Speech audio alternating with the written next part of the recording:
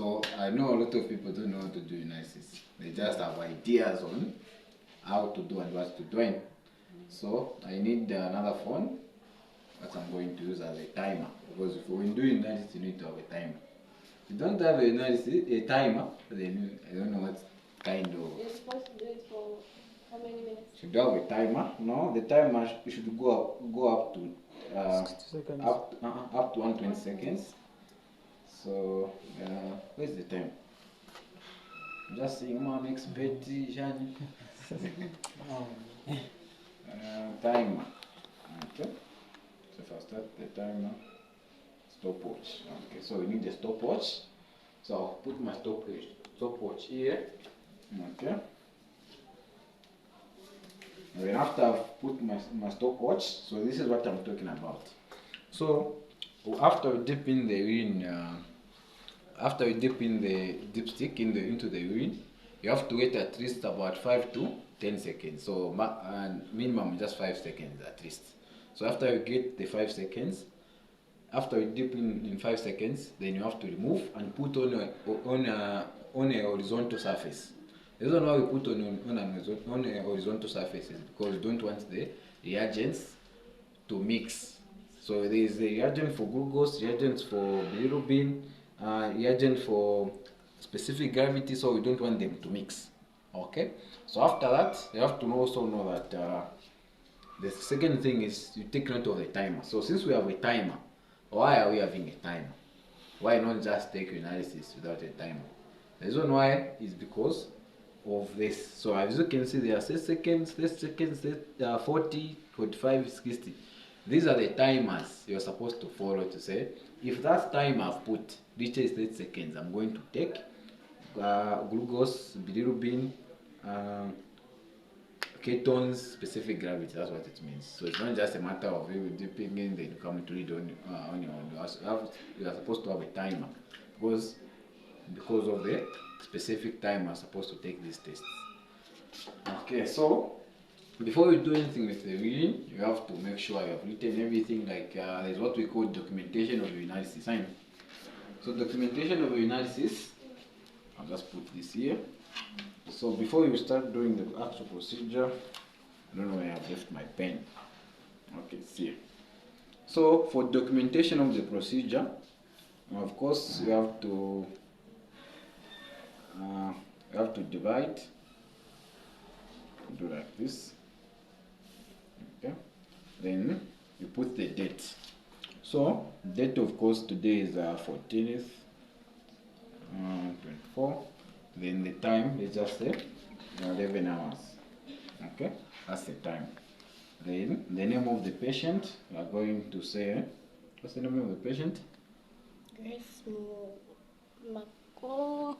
Okay, that is just say Grace Musonda. So the name of the patient is Grace Musonda. Okay. So Grace Musonda, that's the name of the patient. And then procedure we are going to do is urinalysis. That's the procedure. Okay. Then the indication, as in why you are doing the analysis. So indication why you are doing the analysis. Then also after that, after you've written your indication for doing analysis, so let's say the patient has suspected, we are suspecting a UTI. Okay. Suspected urinary tract infection. That's the indication. And then after that, again, you go to how the urine is looking. So urine, you have to take note of the color, of the smell, or okay, color of the smell. Okay. So after that, then the urinalysis results.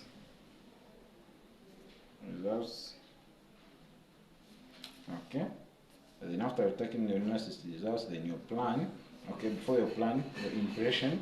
So you need to have an impression of your urinalysis. This is the impression of the urinalysis. Okay. Then of course here you are going to sign. Of course here you are going to sign. Okay. Sign, you will put the data again. Okay. And the word. Okay. So even here, you have to put the word. So this is called urinalysis documentation. I put the name, the procedure. So dipstick urinalysis. So this is a dipstick urinalysis. So after writing all this, next you have to write them in order, but we just start from glucose going up. So glucose will be here, and bilirubin, ketones, SG, specific gravity, blood, pH, proteins, urobilinogen, nitrates, and glucosides.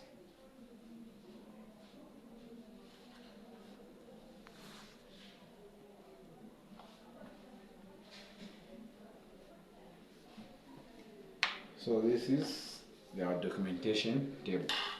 Okay. So going back on how to do analysis, so we just put on the glove.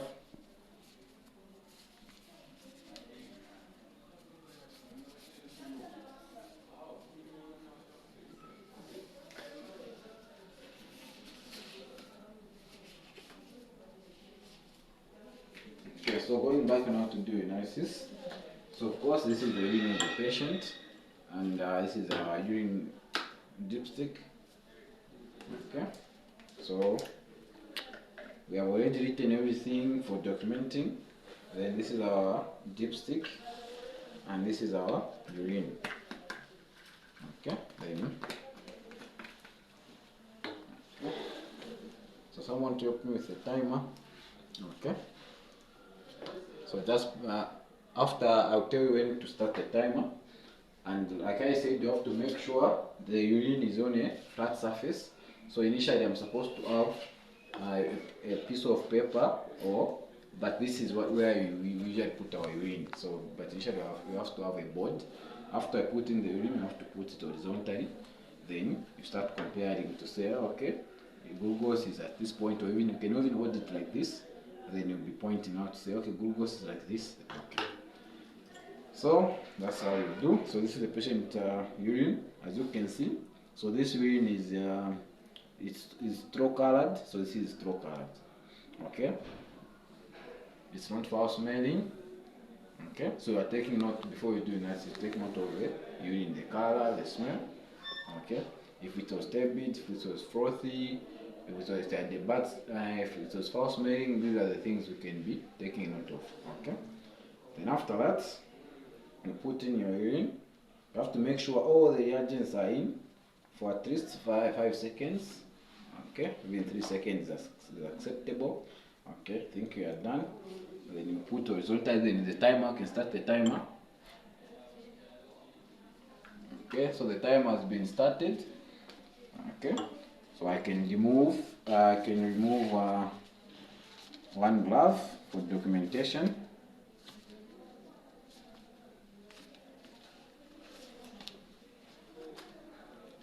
Okay, can remove one glove for documentation. Okay. So when it reaches 30 seconds, I have to take glucose and bilirubin, which are of course negative. So negative, negative. When it reaches 40, okay, it's now 40. Let me take ketones, which is negative. It has SG, which has shown to be 1.03, 1.030. So when it reaches 60, I have to take, okay, so it's already 60 seconds, so I have to take blood, which is of course 5 to 10. Then pH is somewhere 6.0. Then proteins, okay, so for proteins it's 1 plus, so protein 1 plus. Then nitrates, urobilinogen is of course 0.2. The nitrates, it's negative. Okay. Then I have to wait for 120 seconds, which is my 2 minutes. So I've already taken the one which we are written 60 seconds. So now I'm just waiting for for leukocyte, which says 120 seconds. So I'm just waiting. Okay, it's now 120 seconds. So leukocytes also negative. Okay, so this is a summary of what I was doing. So I can just put it here and I show you. So glucose, I took it at 30 seconds. Bilirubin, also 30 seconds. Ketones, 45 seconds. Then specific gravity, ketones 40, specific gravity 45. Then these were 60 seconds, so the timer can be stopped. 60. Okay, 60 seconds. Then leukocytes was 120 seconds. Okay, then after that, so the color was straw colored. So the color was straw colored. Okay, straw colored. Smell, so non-foul smelling, so it's just normal. Okay, so impression. So let's say if this patient had either leukocytes positive, maybe leukocytes 2 plus, or nitrates 2 plus, then you can say urinalysis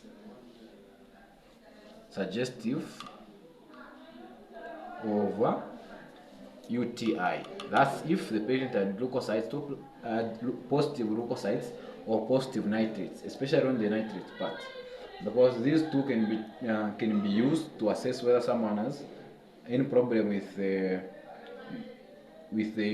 urinary tract system. Okay, but specifically with this example that I've given, you can say someone has a UTI. Okay, that's if these results we are pointing them here. Okay, then our plan, you can say, okay, I'm going now to request urine for MCS. Okay, then after that, then think after I review these results, then since I've already said the patient has a UTI, so the drug of choice for UTI, so we can use nitrofurantoin. So nitrofurantoin, 100 milligrams BDP, or for treatment of the UTI. Then of course I sign and I wait. This is how you do analysis.